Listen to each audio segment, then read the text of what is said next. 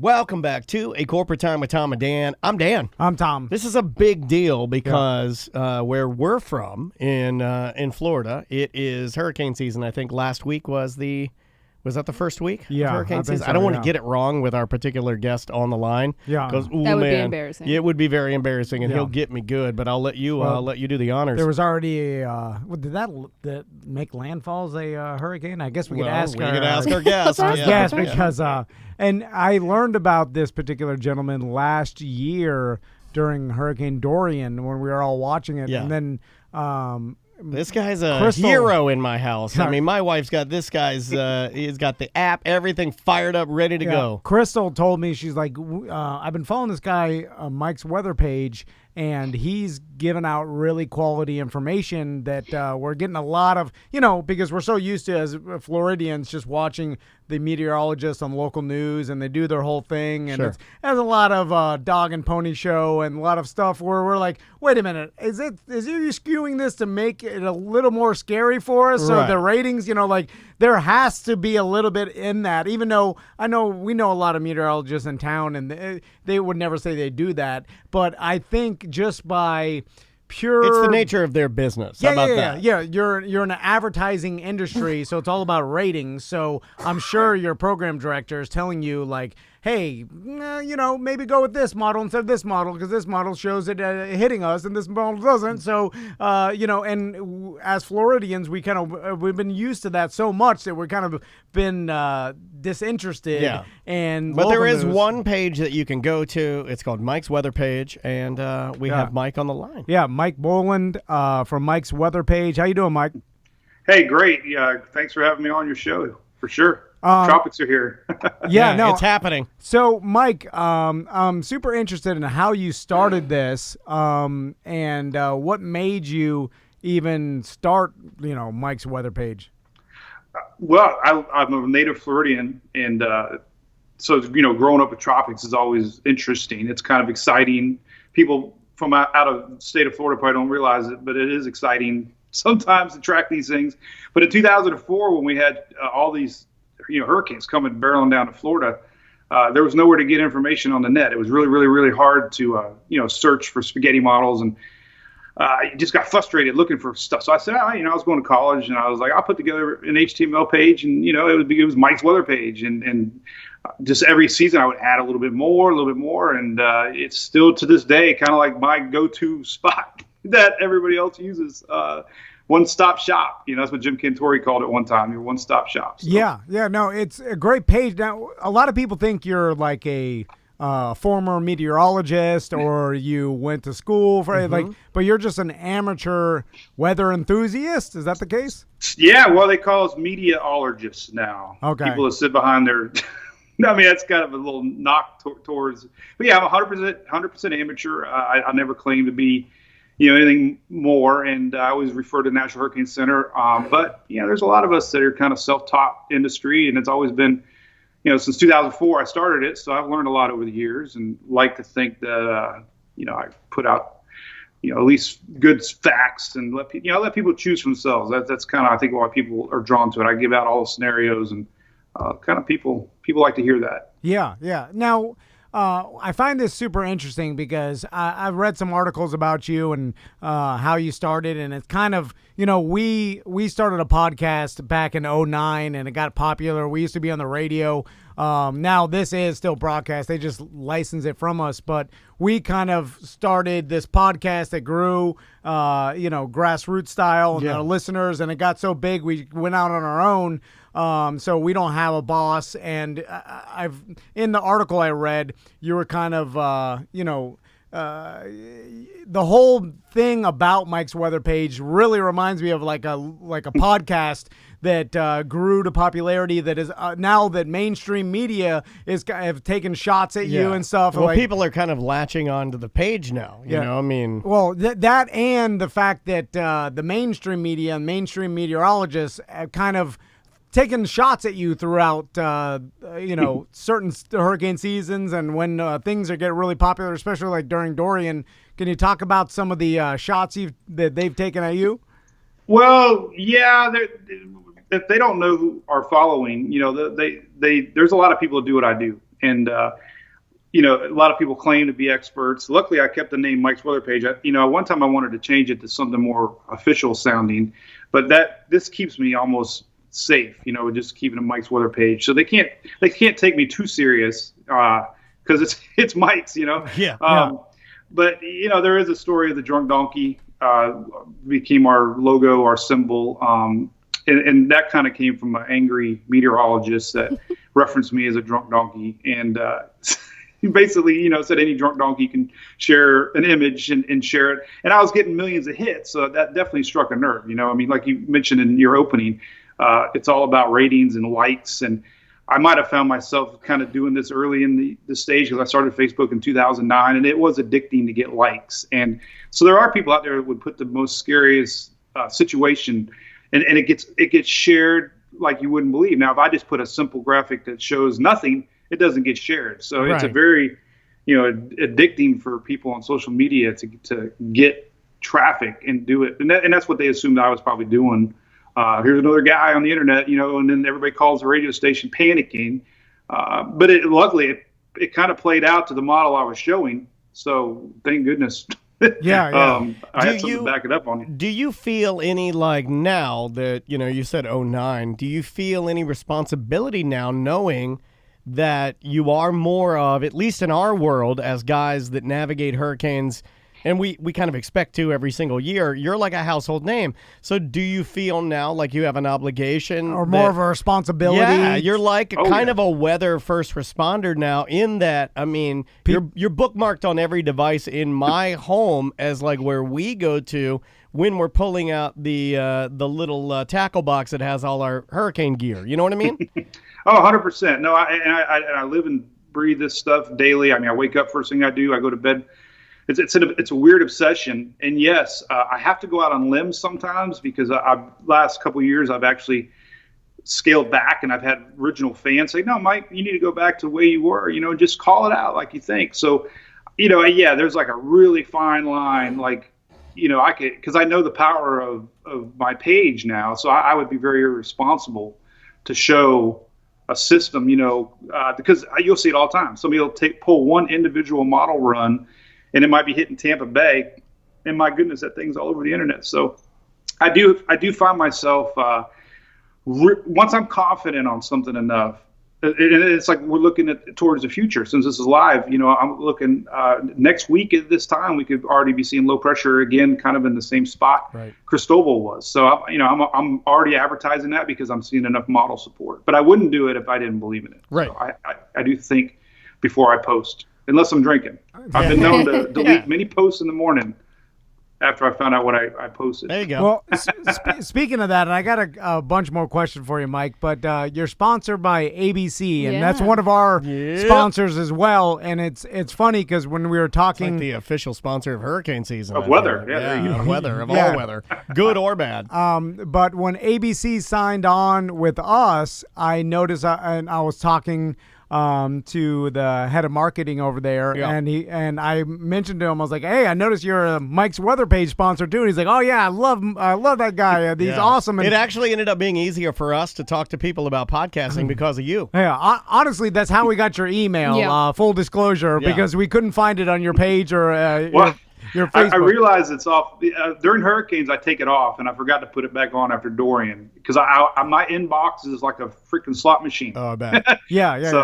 So I had to put that back on. So how many, like, when did your page really take off and your following take off? Because I know I found out about you during Dorian, and it seemed like a lot of people. I was looking at some of your live broadcasts, and what was your record number of viewers that you've had? Was it Dorian? Oh, by far. Thankfully, Facebook, with this Facebook Live, it's a great tool. I think we hit 44,000 or something at one time, and that's just at the moment viewers.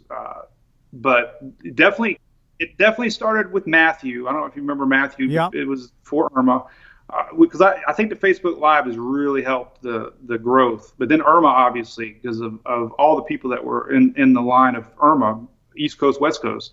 So I think it really started with Irma, and then last year Dorian just went off the charts. And I don't know as more people are hanging to social media in alternate ways now to stay connected, but it's been a good fit. I'm embracing it and using it, and thankful for it. That's for sure.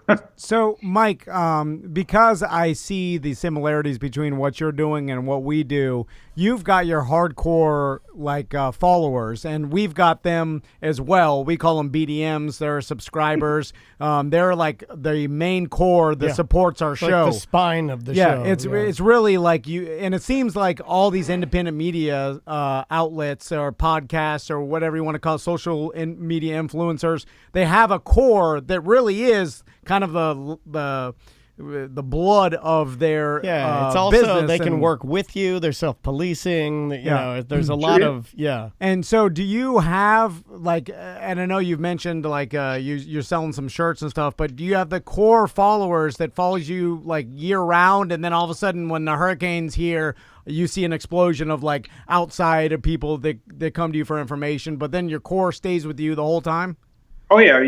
It's weird how I don't know them personally, but you start to recognize the names, and it's definitely like a family. It's really, I remember the AOL days, the chat rooms. Remember, everybody was addicted to AOL chat rooms. So it's kind of what we got. I mean, we're like a weather family, and it's we call ourselves Drunk Donkey Nation. They came up with the term cone heads last year.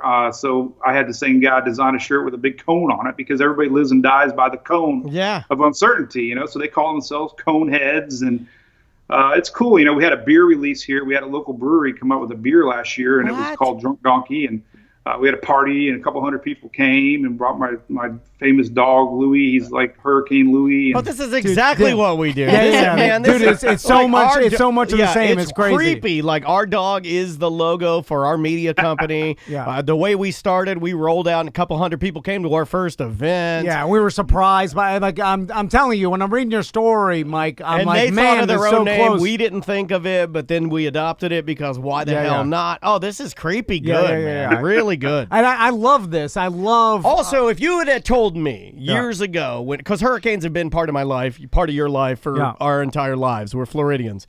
If you'd have told me that my wife would insist that I get all of my hurricane knowledge from a guy who just drinks and puts together his own webpage, you know what I mean? Normally you'd think that you'd be going to the professionals, but I consider you a professional at this point. Well, also, it seems like society, and tell me if you agree, Mike, where society was tired of getting their information from just local news and national, from the a weather talking service. head. It's just the same message. Yeah, some meteorologist that has been, because we're because of what you said and what we all know now from news outlets is they're all based on advertising, and no matter what, even if your morality is perfect and you want to get out the best possible information, which I really believe all the meteorologists I watch, at least locally, they want to do that. It's just you have to be a little bit influenced by the fact that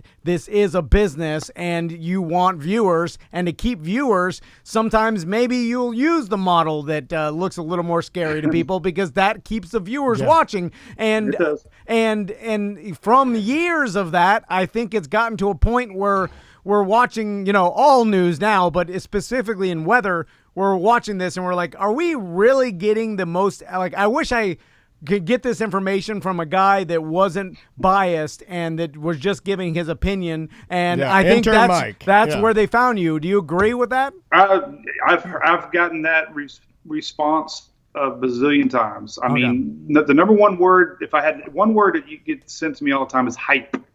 And it seems like the general public hates hype, and they can read hype. They not knocking anybody like you say, but people feel like sometimes things are hyped, and they don't like that. And and of course, people like the unbiased approach.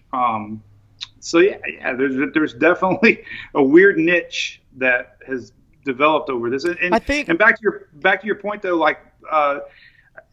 local meteorologists here in town, and I noticed Eric Burris, I think his name is, over in Orlando. They're doing a lot more. He does a coffee talk in the morning, and Dennis Phillips over here. So I think they're starting to see the power of, they're only on TV 3 minutes, and people I'll talk an hour, and people want more. So that's what I'm giving them. You know? Mike, I'm telling you, they were influenced for sure, and their program director. You're seeing them pivot. I saw they started doing their own Facebook Live, like the local news stations. The meteorologists started just doing Facebook Live, and I'm like, but they're stealing it from Mike. They're stealing it. No, but it was all about the same time. Like you and Mike were talking about like Dorian and everything kind of exploding. Yeah. Like you're right. I mean, if you had to pivot, I mean, Mike, we saw it here in Orlando when we would watch local news. It was undeniable. You could see the level of influence that you had. You could see it. But the problem is they're shackled by their corporate mantra and what they can and can't say. They have to wear. They can't, they can't talk like an actual human being. Also,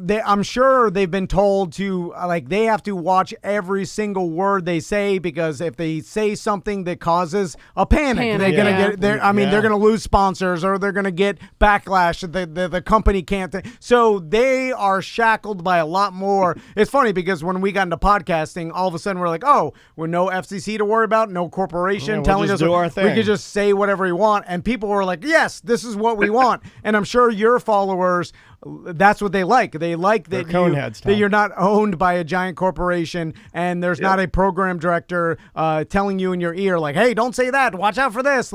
You're totally free, although it's got to put some pressure on you, because I'm sure now that your following is so big that, like Daniel said earlier, the responsibility is there. And have anybody ever come to you, any government official or anybody ever said like, hey, I just want to make sure you're going to do the right thing, because you can influence a lot of people's behavior? Well, yeah, it's an interesting thing you brought up there, because, first off, I've been so lucky with the weather world, and most people on our site are congenial. I can count on one hand probably the people I've had to ban in the last couple of years. So that is, I don't know if it's weather, because it's such a neutral topic. That's awesome. But they're scared of what I do, because they put out stuff before the season. Be careful who you get your information from. It's not, they don't target me. It's just there's so many weather pages out there like what I do, and they're afraid of where people are getting their information from. But what's cool about my site is that I've had literal emails from people from NOAA.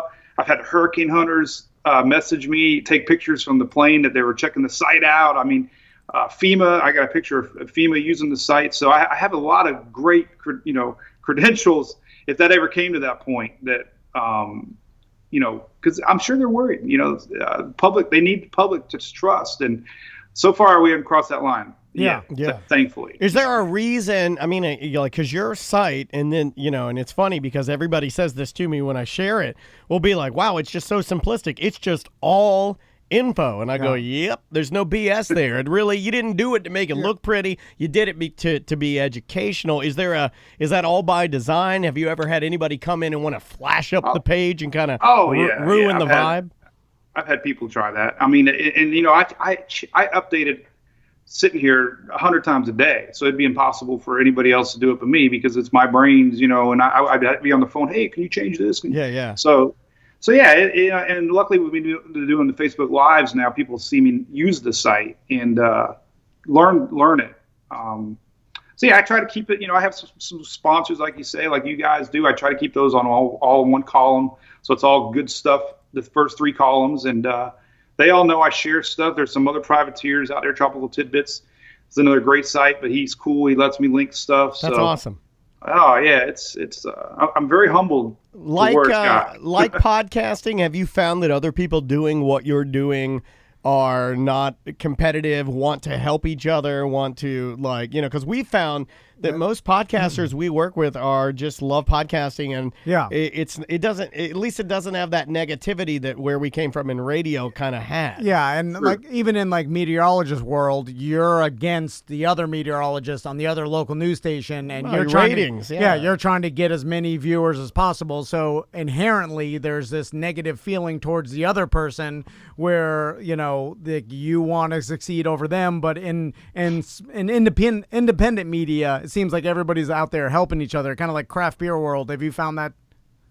Totally. Yeah. I mean, I'm on Twitter now, so it's cool to see Stephanie Abrams from Weather Channel retweet a tweet, or I don't feel any resistance as a whole. I mean, I would say 99% of people I've ran across are positive, at least sharing, which has been really pleasant. I have felt a little tension, from, like you said, on-air meteorologists, because they're competing for likes, and I'm sure their corporate sort of saying, hey, how come you only have 35,000 likes? This guy's got this many likes. So and I have been accused. I had a guy pop in the other day and write something nasty about a month ago. And I looked him up. He was a meteorologist somewhere in the middle United States. And he said, oh, this guy's just a hyper. So obviously he hasn't been around enough, but he was a real TV meteorologist. So he probably got pissed because, who's this guy? I feel it. But like you said, the weather community has been really cool. And I have certain people I flock to more than others, and we all share the same thoughts. And it's a weird little circle. Have you ever thought to maybe... And I don't want to say it like this, but I'm just going to say it. You'll understand what I mean. Have you ever thought to almost legitimize yourself in their eyes? I mean, you don't need to us because, of course, we use you as a tool. Have you ever thought to maybe seeing if you could branch out and, even though you're already in it, get some sort of degree in meteorology? Get some sort of degree almost after the fact. So that way, if somebody did say something to you, you could be like, well, yeah, even though I do this independently, I have my degree and here are my credentials. Yeah, I've thought about that. But I'm, to be honest, I'm in my 40s and I can't even help my daughter do her 8th grade math. Not enough time. I agree. That's an honest answer. I agree with you 100%. I don't want to do that. And I do collect these emails and stuff that I get because I know the day's going to come.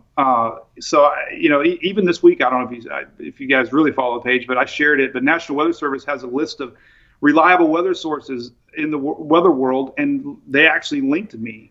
That's awesome. So that I'm saving all this. That legitimizes stuff. You, yeah.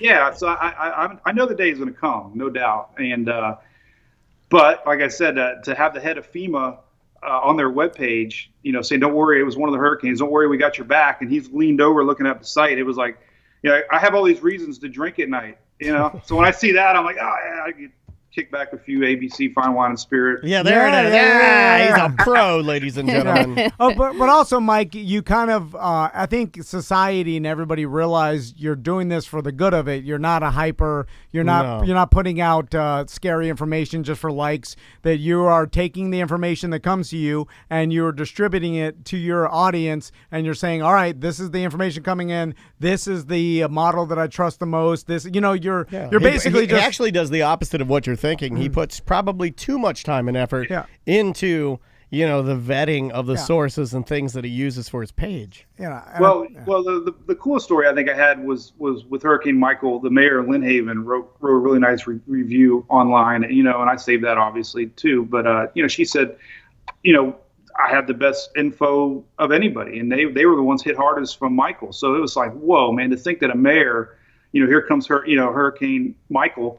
And with what you mentioned before, what kind of kickstarted everything with Hurricane Michael, I saw these models showing the potential, for 3, 4, 5 cat hurricane, and I started getting worried. I'm like, listen, and I think I must have said it during a podcast, or now I'm saying podcast, but one of my lives, I said if I lived there, I'd probably get the heck out of town. Well, then it was only a tropical storm expected to maybe be a hurricane. Right. So I jumped out of my comfort level and just said, hey, listen, this is what everything's showing.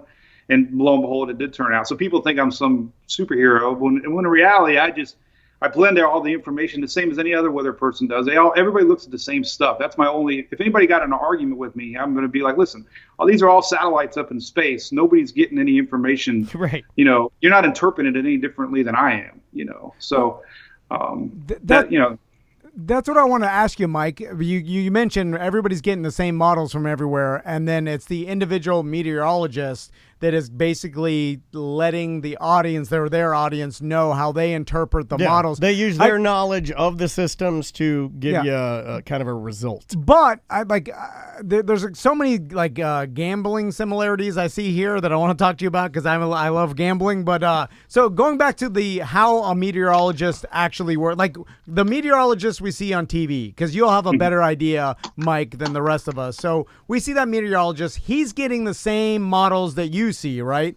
And now when he gives his opinion, he's got to stick to the script of what the model says. I'm just wondering what, like, when you get a meteorologist or a degree in meteorology, we've had meteorologists in here before, and they're like, oh, I got my degree, whatever. Like, but I'm like, well, what is it that you actually do? Because you're getting the model, it's being presented on TV, and you're showing us the model. So are you just a spokesperson? Are you actually doing any sort of math? Are you putting like your degree into this presentation? Because it just looks like you're presenting the information that comes from, National Weather Service or the European model or whatever model. It's like you're just presenting it to me. Where's the degree coming? Yeah. Like, how does that work?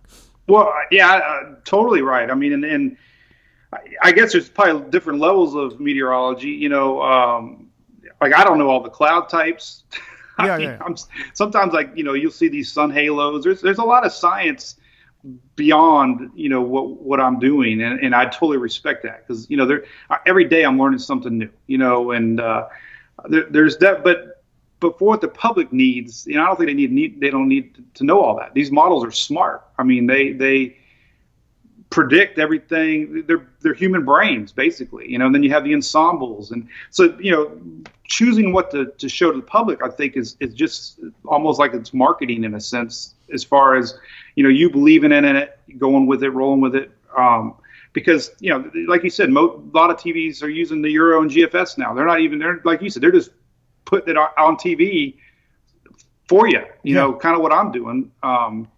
So, yeah, I just don't think the level of what I need to know extends past what I already know. Yeah. Because that makes sense to me. It's not like a TV meteorologist all of a sudden comes to me with this newfound information. Well, that like no you one said, else they has. only have a couple of minutes to tell you anyway. Yeah, and they're just showing me the model. I'm like, all right, well, I'll just go to Mike's weather page, and at least I'll see all the models, and then his long-form opinion from a real person about what he's, believes is going to happen, because the meteorologist is not even really allowed to give their opinion, because that's, they can get fired for that or whatever. So it's like, well, I just want to hear a real person talk, because the person on screen is good-looking. Not that you aren't, Mike. You're a good-looking man yourself. But I'm just saying. I've noticed that. There's more women meteorologists now that probably make a calendar. Make a calendar of women meteorologists that are pretty good-looking. And and so it's like they want you watching for sure. Yeah. It seems to me that it's just like, all right, you got a model that has a meteorology degree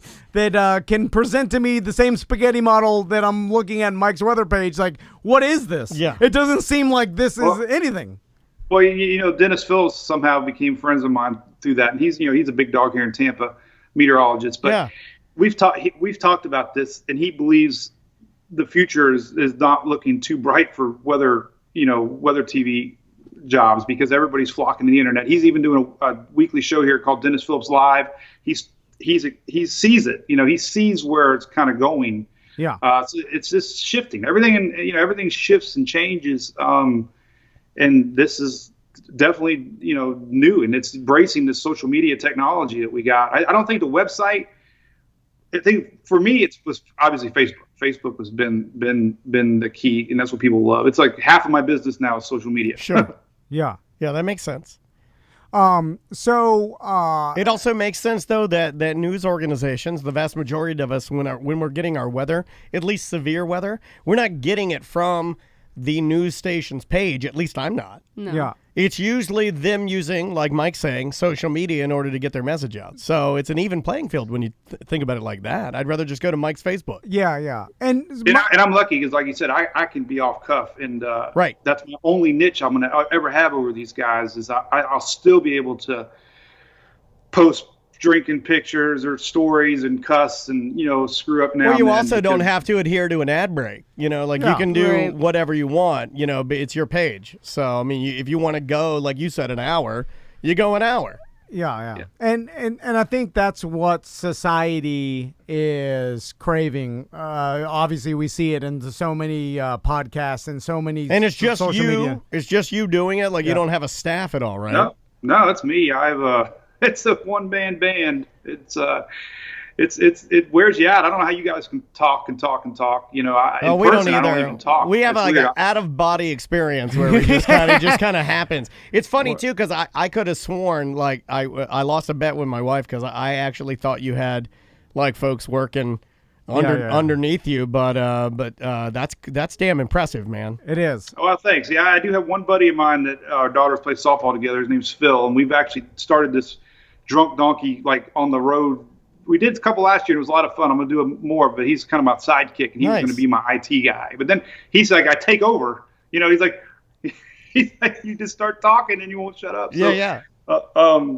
It's it's just me, and I'm trying to get my daughter involved. She's going to high school. I said, man, if you could get into social media, I'm going to need a social media person eventually. Now I'm on Instagram, so I got to like do Twitter and Instagram and Facebook and YouTube, and it's like, oh my God. How amazing of a pivot. How amazing of a pivot would it be for local weather for him to make it a family business?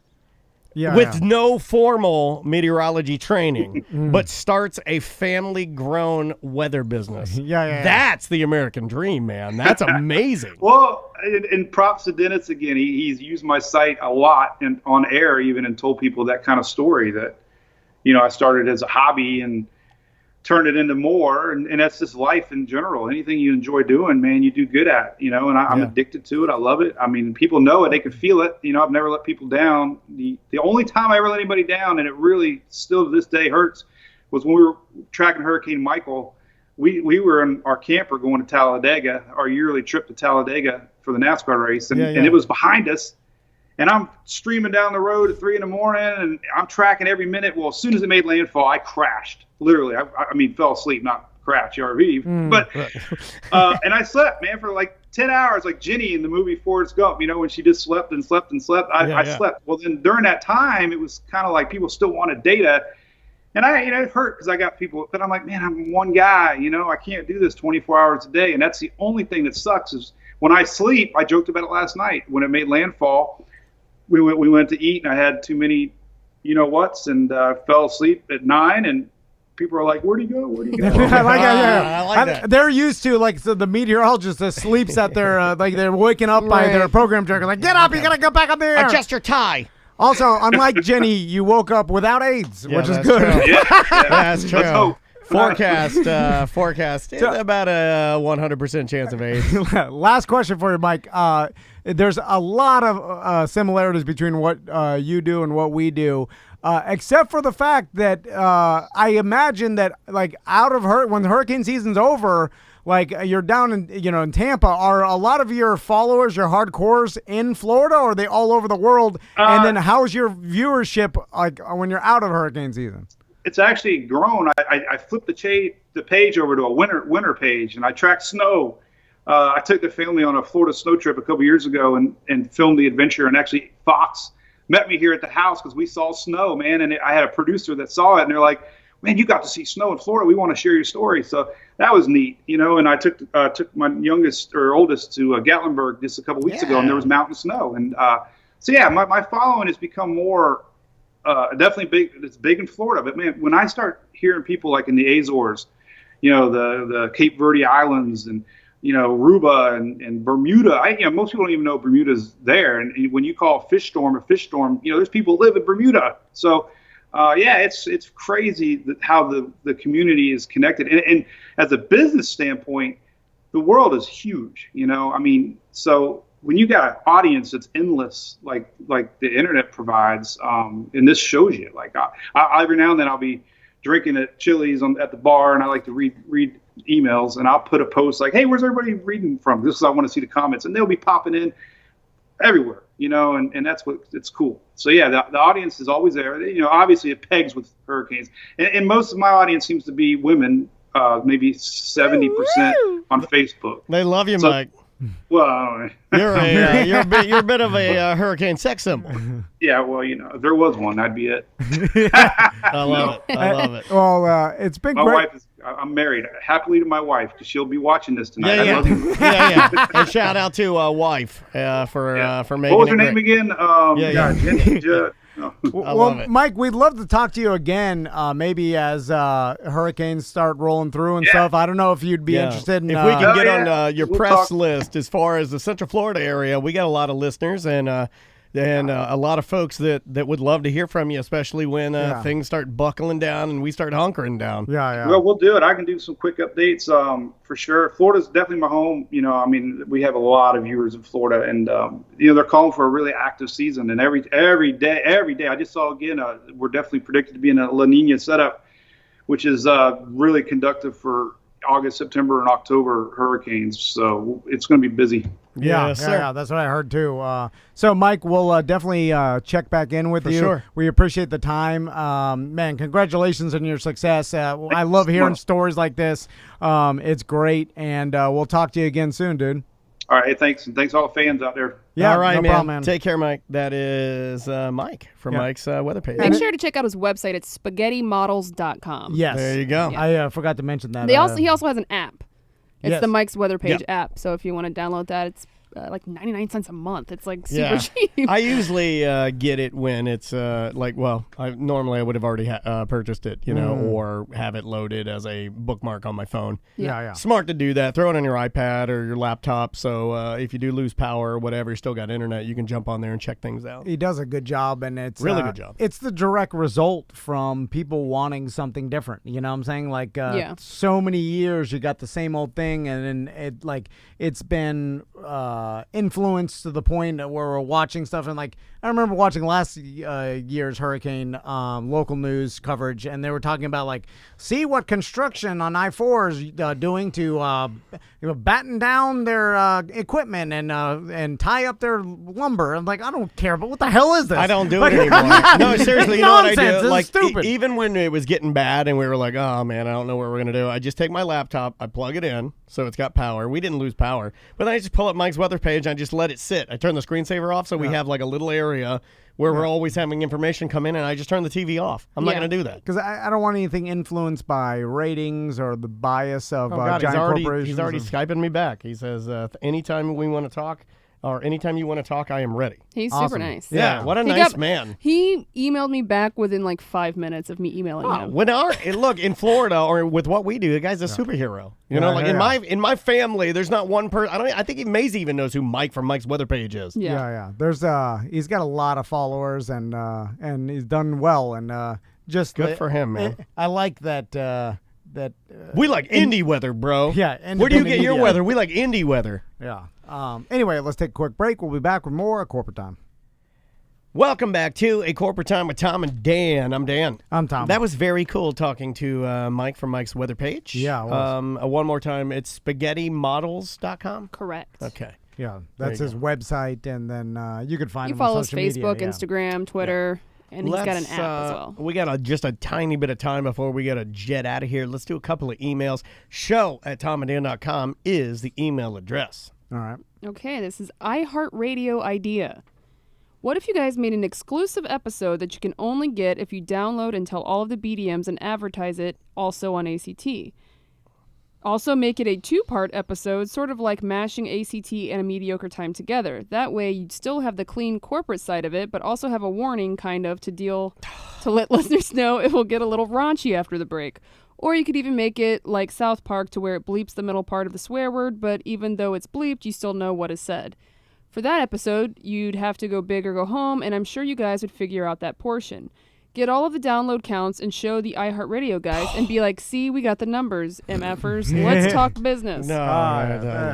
It doesn't matter. Extra work for no reason. It's so much work. And also, it's just everything's changed so much is that everybody knows we got the numbers, and also everybody knows we got the numbers. We're also utilizing what the numbers value is. So if there's a big media corporation, it's kind of like when people buy other small businesses, acquisition of some sort. Yeah, when a business gets popular enough, a big company will buy them up because they see more potential that they can grow it into. Which I'm sure. I don't know. It's different now. I'm surprised that hasn't happened to Mike's Weather Page. To tell you the truth. Well, it's happening to Rogan with Spotify, and Spotify is starting to buy up other, The Ringer and some other things. It's happened. Apple's bought TV shows. I mean, that's just. Yeah. this type of stuff that's happening. But they'd rather own everything, so they'd rather have complete ownership to be able to, instead of just partner. But also, it's that ship has sailed. We're not gonna show them anything that they would want to partner with us. For what reason? I don't even think they.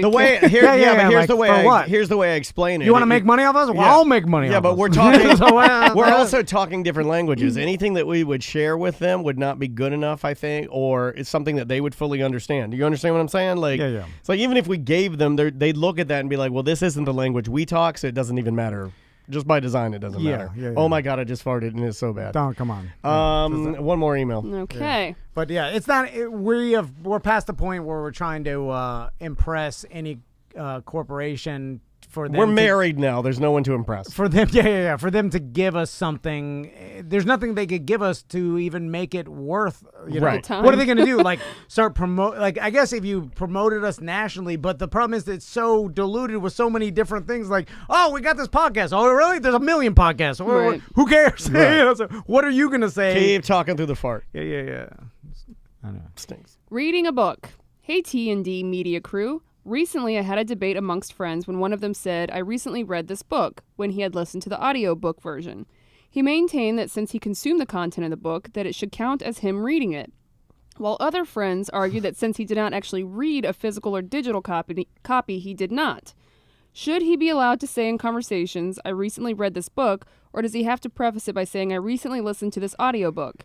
There seems to be a stigma with certain people regarding if you read or listen to the same content. To me, either way, you consume the content, so who cares? Now, I'll have to remember which way I go, but I think I'm actually with Tom on this one in saying that if you did consume it, you can say, I read the book. Because it's the new way you digest books. Although I've kind of changed my tune because it's scientifically proven that if you read something, you're able to... Well, the retention level is retain it higher than if you listen to it. And I found that to be the case as well. Anything I read, I will tend to remember more of the details than if I just listen. Because honestly, when I'm listening to audiobooks or anything, I'm doing other things. Oh, yeah, you're half-ass listening. So but I'm like, and then I know, Crystal's asking me questions, and I'm like, walla, what? And then so walla, walla, walla. She's talking to me, and then I have to pull my phone out of my pocket, hit pause, take my earbud out. I'm like, what? And she's like, that tree is far away. I'm like, thank you. And I put it, the old Mitch Hedberg joke, what you're saying is nonsense. It's not important. Why did you interrupt me? So I think now, and I've heard people talk about this. People are listening to a lot more books. So I think even publishers, when you come out with a book now, they're there's at least an audio version. Well, they're trying to. They're trying to do it at the same time. Yeah. They're telling people it's advantageous for them to come out with both at the same time. Now, if I read something, like my best way to learn, and I realized this somewhere in the beginning of college, not when I recently, like 5 years ago when I went back and finished, like freshman, sophomore year, is I remember this trick where if I could read like the stuff I needed to know and record myself saying it and then re-listen to it while I reread it, almost I remember every blanking detail. Okay, yeah. Like there's a trick to it. So like if let's say you've got like, I don't know, 9 chapters you need to know, and you need to know like you need to be ready for everything. My trick for like defeating that, because I don't have a good memory, but I do if I can trigger it the correct way, would be read all 9 chapters audibly. You have to say it out loud and record it. Yeah. Then go back and listen to my own recording and then reread it. And you'll have everything in your mind. Same thing with the psychology behind you teaching someone a subject that you read, then you'll remember it for sure. It's kind of like why you're learning the process. They built that into AA meetings and stuff. Yes. Where like you're a sponsor, that's one of your duties as it's for you as much as it is for them. Because they've learned by you teaching someone else all the things you need to do, the steps and all that. Sure. Then you'll reinforce that in yourself, and it will help you more than in them, so it's like part of the therapy. Yep. Or the whole recovery is you teaching someone. But yeah, anytime I've learned something and I can tell someone else, then it's stuck in there. Yep. We got to get out of here. Yep. TomandDan.com for all things Tom and Dan. Find us on Twitch, twitch.tv/TomandDanLive. That's where you can watch us every single day live.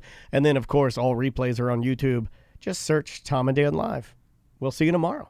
Welcome back to Corporate Time with Tom and Dan. I'm Tom. I am Dan. Let's dip into a few of the voicemail messages that we've received. There are a couple ways that you can leave us a voicemail message. The easiest way is to download our free app. Wherever you get your apps for Android devices or your Apple devices, just search Tom and Dan or Mediocre Time.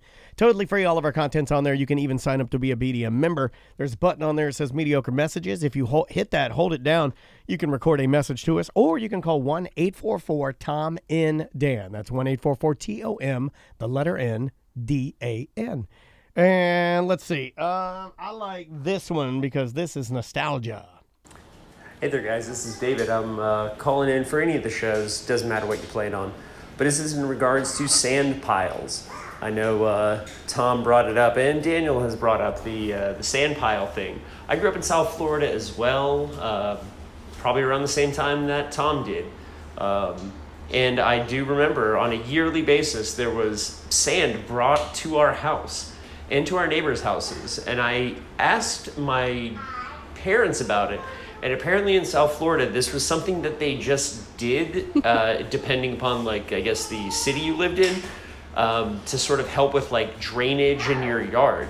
Is that, part of the thing was you would get sand piles, you would get bunches of sand delivered to you that you were supposed to, rake out and, put into your yard to help, with the drainage or something along those lines. But I asked my mom and dad about it. They said, yeah, we would get every once a year. The city would bring out a certain amount of sand. They would put it in the backyard, and they did that for every house in our cul-de-sac in Fort Lauderdale. So there's a possibility that Tom's mother has been lying to him his entire life. Well, that's for sure. That would never happen, sir. Well, that's How 100% dare true. you? Yeah, that's true. And saying that they bought it for him as a birthday present and or Christmas present, and that it was just something that was given to them by their taxes. So anyway, love the show, guys. I've never heard that before. No. Mine was purchased. Yeah. In fact, the place that my dad would purchase my sand from is still in business to this day. It's like a guy, and all he sells is pile of rocks, pile of mulch, pile of it's like Six Flags. tire mulch. Yeah. Oh, no. Six Flags is super nice. This guy is just pile of rocks, pile of rubber, or old tires, pile of mulch. That's all he has, and he's been selling that for 45 years. Yeah, I've never heard of the city or county bringing in dump trucks of sand to people's houses for drainage. What doesn't mean? What are you building a French drain? No, who's giving out free sand for what? To build up your backyard. Because I remember that my dad, my dad and my grandfather, or my dad and my mom's dad built me a tree. It wasn't a tree house. We didn't really have trees big enough to put a house in it. It was like one of those stilt playhouses, right? Yeah. Underneath it, there's a sand box, and then they had to take out sections of the fence. For my dad had called this guy that's pile of mulch, pile of tires, pile of sand, and he brought his truck, brought the sand, dumped it. It's great for about the first 3 days. Then the neighborhood cats crap in it and screw it all up. Yeah, I'm going to call my mom. I didn't know anybody that ever got sand brought to their house ever. Well, two of them here. Your two bosses, the guys that own this company, both sand boys. We were sand boys. I had a pile underneath a big tree in my backyard, and then it would just get the playground sand. One time my mom ordered not the playground sand. And always get the playground sand. Lyme disease. Yeah, you get fleas Mom. in it. Hey, sorry, I'm going to put you on hold. I want to talk to you about the sand pile. Hold on. Not the sand pile again. Like, I was just talking about this yesterday. How much content about sand do you guys The do? sand pile again. Don't worry, Mom. It's one of the 12 subjects we bring up. We got weatherman. Yeah, sand we're pile. rotating about, okay? We're medical marijuana's up next. Jeez, Louise, what line is she on? Line 1. Hey, Mom. Yes, honey. Hey, sorry, you're on the show right now. I'm sorry you have to talk about the sand pile again. So some listener called in and said that his parents, like, they lived in Fort Lauderdale, which is the rich part of town. Yeah, that's fancy town. So I don't know. Apparently in Fort Lauderdale, they bring you free sand. Your sand, sir. Sand? My dad had to buy my sand from his buddy. Which everybody in Fort Lauderdale that I know don't want some poor-ass sand. Yeah, where are you going to put it? On your mansion? No rich people like sand. So anyway. Why was it free? It was free? I don't know. Oh, this your guy, mom's mad now. He's claiming that the city of Fort Lauderdale would jump off dump trucks of sand to like all flooding of his residents. I mean, unless it was beach property, like beachfront property, Yeah, and they yeah, were yeah. helping build up the beaches, that makes sense. But Yeah, not to a regular Well, suburban neighborhood. If you live on the beach, you need a sand pile? So, Mom, the beach is eroding away. Yeah. when did you start getting into the sand pile? Like, what was D-Day for sand pile?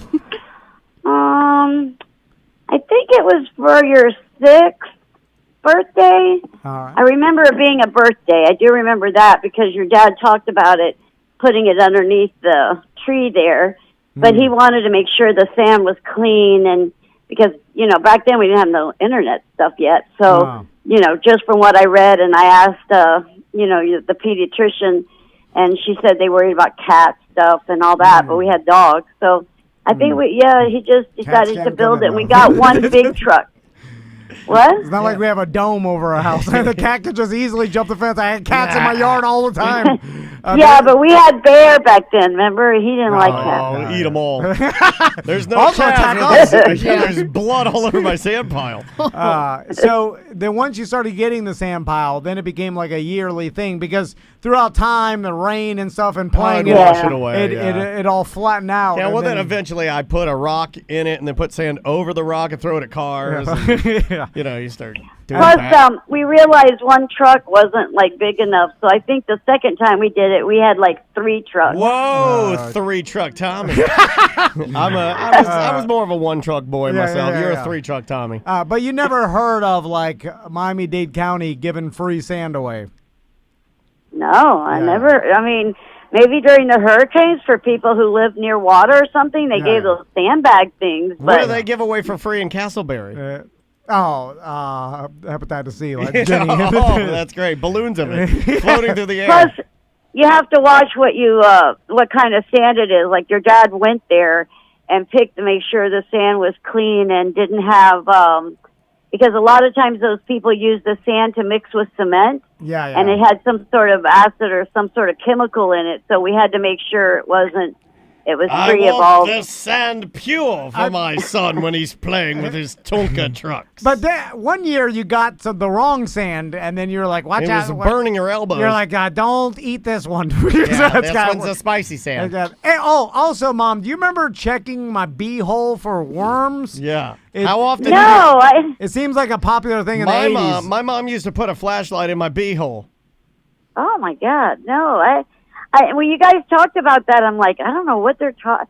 No, I never worried about worms. The only time we worried about maybe chiggers or something from the woods. But that got me and Crystal that time we went on the airboat with Pop-Up. Oh, get you good. Yeah. No one told us to tuck our jeans into our socks. Yeah. The chiggers got us that. there. My dad did that just as fashion, though. I had to put clear nail polish all over my genital. Yeah, they're bad. You don't want to get. But I don't know. I heard him talking about that. I don't remember any. I used to worry sometimes when you were older and jumped off those bridges, and that canal water was dirty, and I just made sure you showered. But I never thought of worms. I thought, what are you?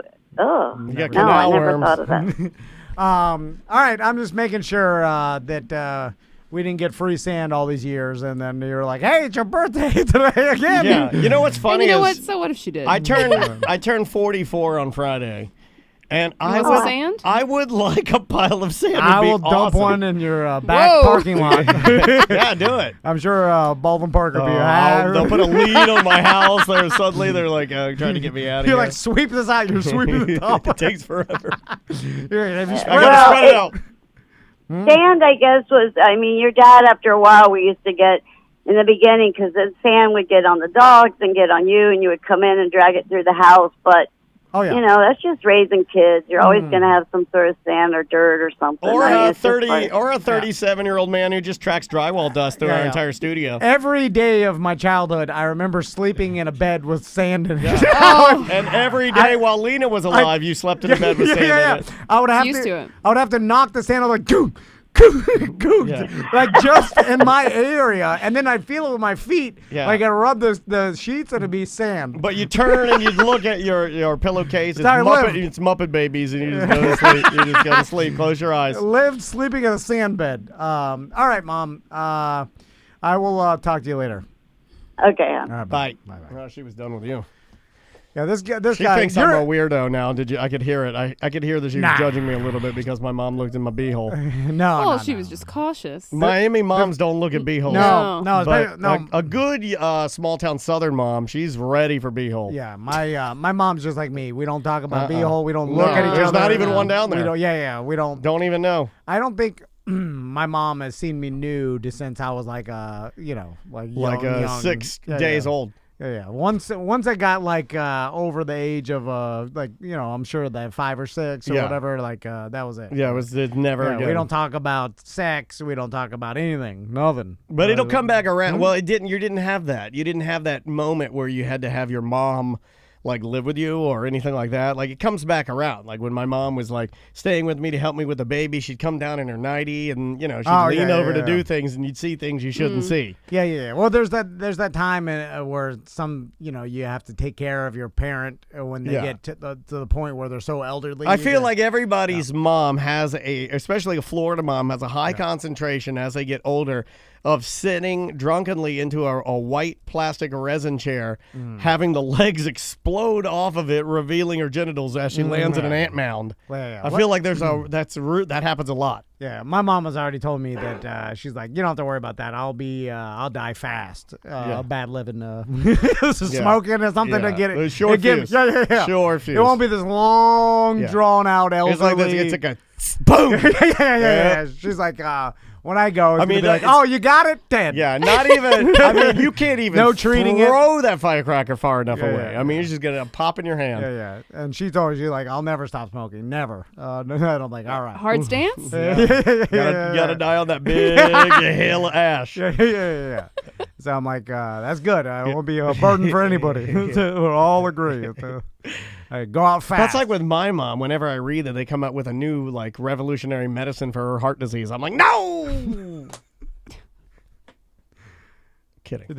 People listen to this and be like, hey guys, a while ago y'all were talking about Tom wants to do a bit where he goes and looks at sad 50-year-old not married guys' apartments, and then y'all were just talking about some of the examples, and Dan was talking about his disgusting 20-something apartment, and Tom was saying it's different, and I just wanted to chime in that I too had a absolutely disgusting 20-something-year-old apartment where I lived alone my last year of college, didn't do any dishes, and then barely ever cleaned, had a girl coming over, and everything was just too far gone to clean. So I threw all my dishes. Yes. And I don't remember if it was my then wife. We'll go with it was my now wife, not then wife. My now wife. We'll say it was her. Threw all the dishes in the dishwasher, to the point where it was literally just crammed in there. You could not run the thing because the arms couldn't spin. Well, you could run Threw them all in there just to hide them because it was way too much to do all the dishes. And then for months forgot about them in there. Where did you? Because I had so many dishes. I would almost just buy dishes instead of having to clean them. Oh my God! Come on, dude. And then this is where I know that it is for sure my now wife. Months later, helped me move out of the apartment, and I completely had forgotten about the dishwasher. And she was going through trying to make sure everything was out. And she opened up the dishwasher, and oh my God, it was disgusting. there was like mold growing on everything. Pretty sure there was like, I don't think there were actually maggots, but there may have been. It all stunk, and we literally just took all those dishes and threw them in the trash. It was disgusting. I did that when I moved out of my Deltona house. Yeah. The house was like clean. You know, like it wasn't dirty. It was just like disheveled. You know what I mean? So when I cleaned it, and because like that portion of my life had been like not my highest moment. Let's just say not a high point. Yeah. I remember I was just wildly throwing things away.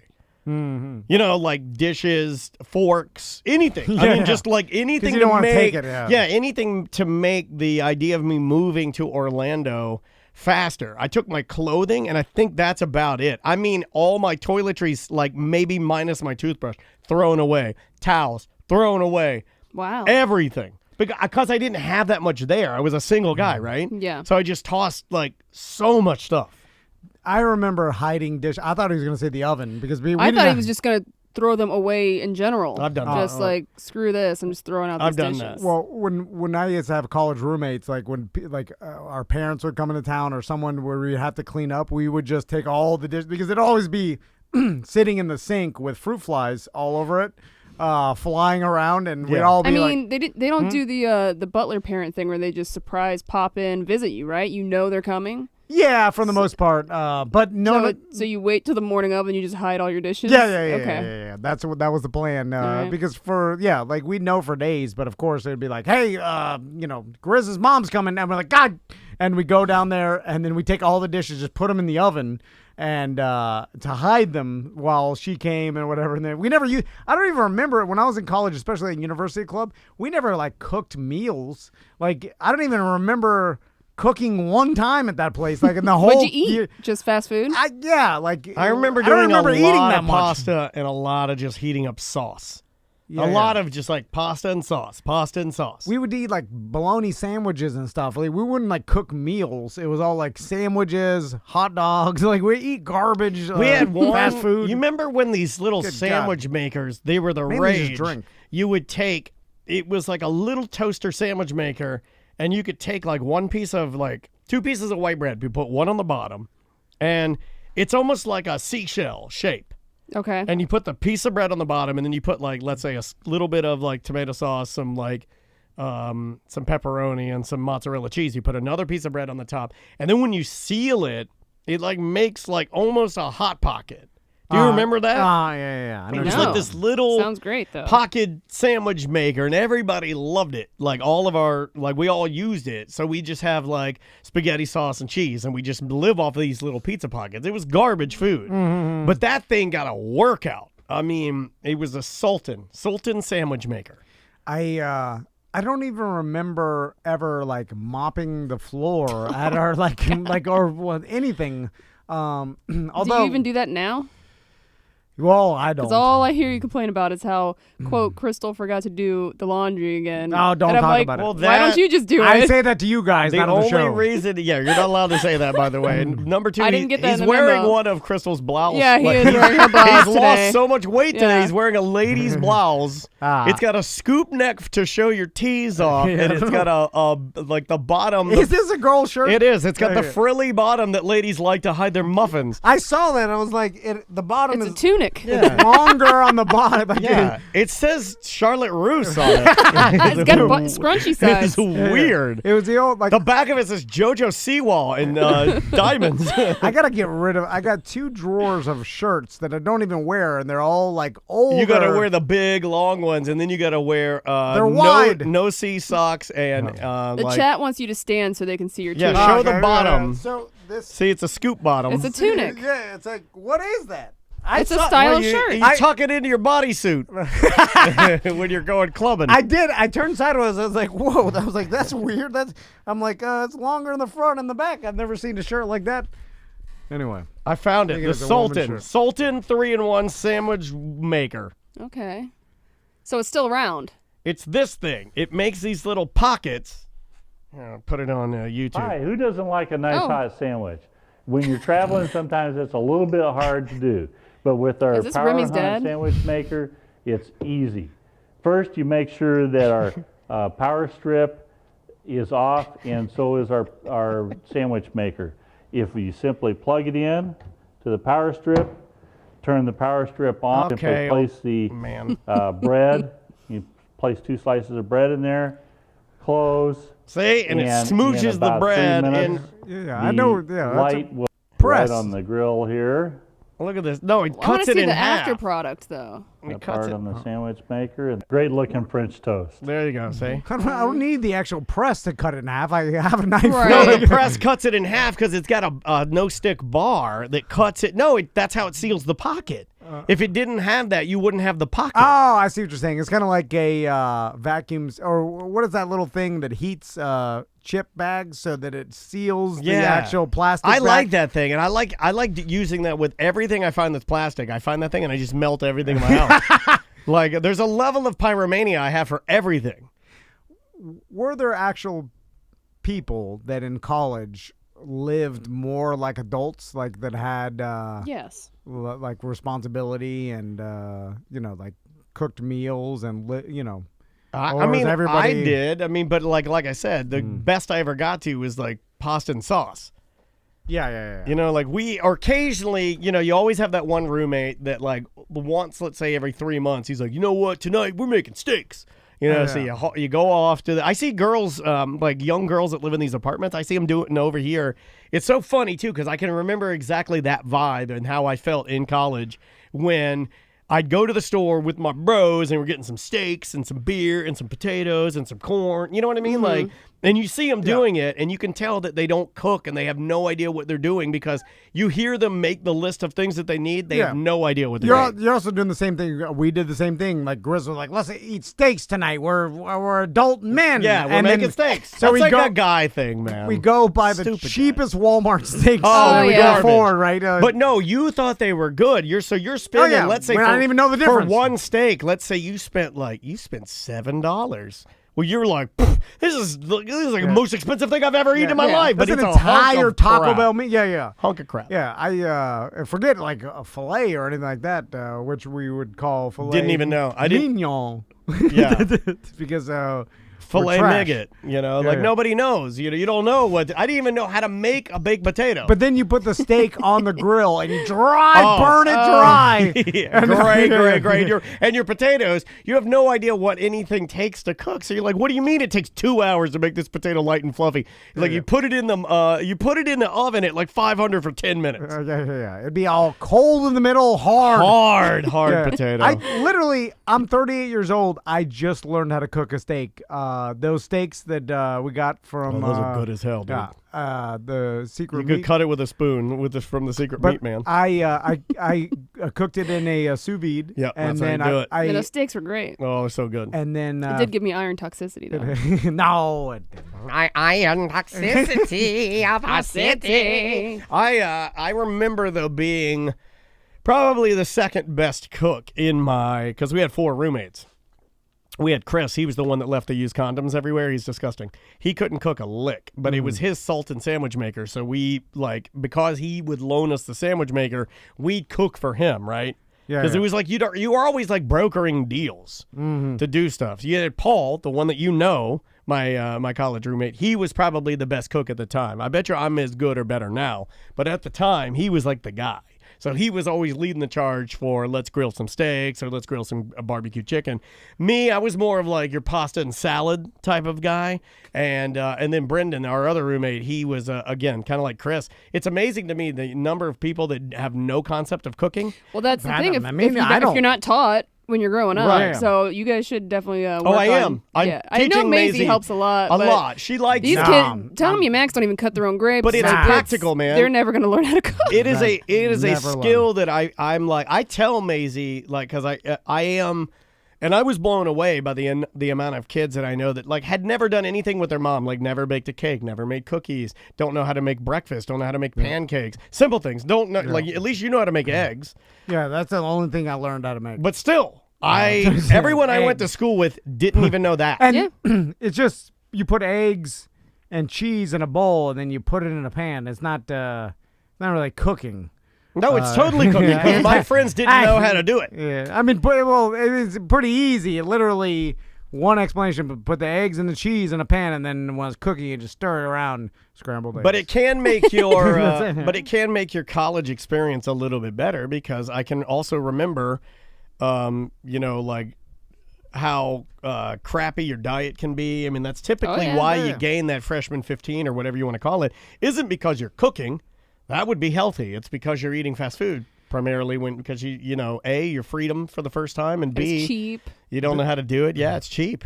At the beginning of the internet, or at least the early part of it, like back in 2001, this may have been 2000 or whatever, the Grizz decided that he was going to, I don't know, like he got a job at Quiznos or something. He was going to celebrate. Okay. And he's like, I want a seafood dinner. And then we're like, all right. Yeah, we all, like that would have been Paul. Paul was the guy that'd be like, tonight, crab boil. I'm like, I don't know how to do that. We got to figure something out. And then he's like, I'm going to get some real seafood straight from the source. So we're like, and the only person that went with him is Crystal at the time, because she was, like she was up here. I don't think she even lived in Orlando at the time, but she was like up here visiting.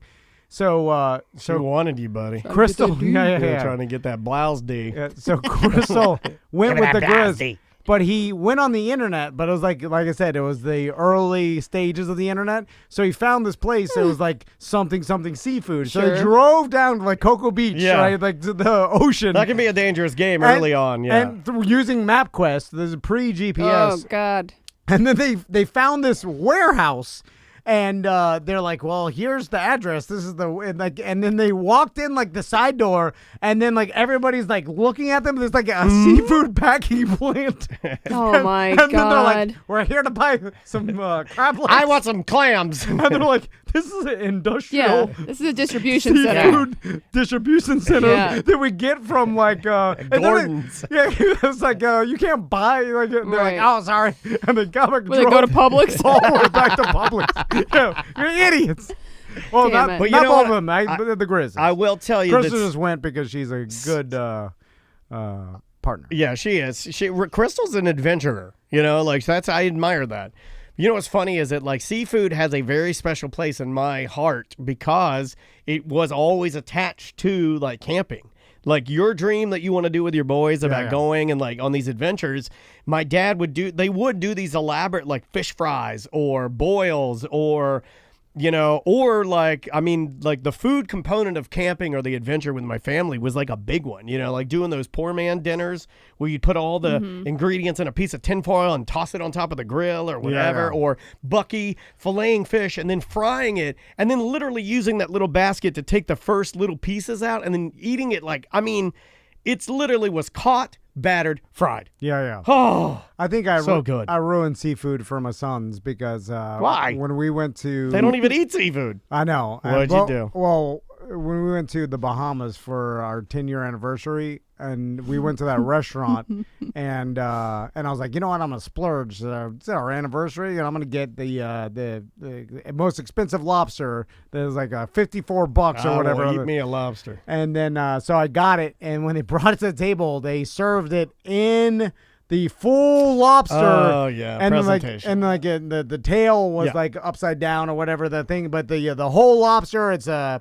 It looks like a He-Man villain, doesn't it? I mean, to a little boy, you tell me a lobster. They creep me out still. Yeah, I think they creep everybody. It's gross out. looking. Yeah, they're not. Also, from a science aspect, when you look at it, it's a marvel, right? I mean, you look at it, that's an alien on a plate. It tastes delicious. Yeah, it would be the last thing anybody would think to eat, though. Because Juan's it's right. Counterintuitive. Juan's right. Never go full lobster, man. Just always go lobster tail. I didn't even know what, I'm in the Bahamas, so it's like it's not like it said fresh. Comes full. Yeah. Like, but it traumatized Tommy a little bit. Yeah. He was just like, why are you eating that? Like, he didn't understand. He was like, what? Yeah, everything's great when they're babies. Fine, that tail.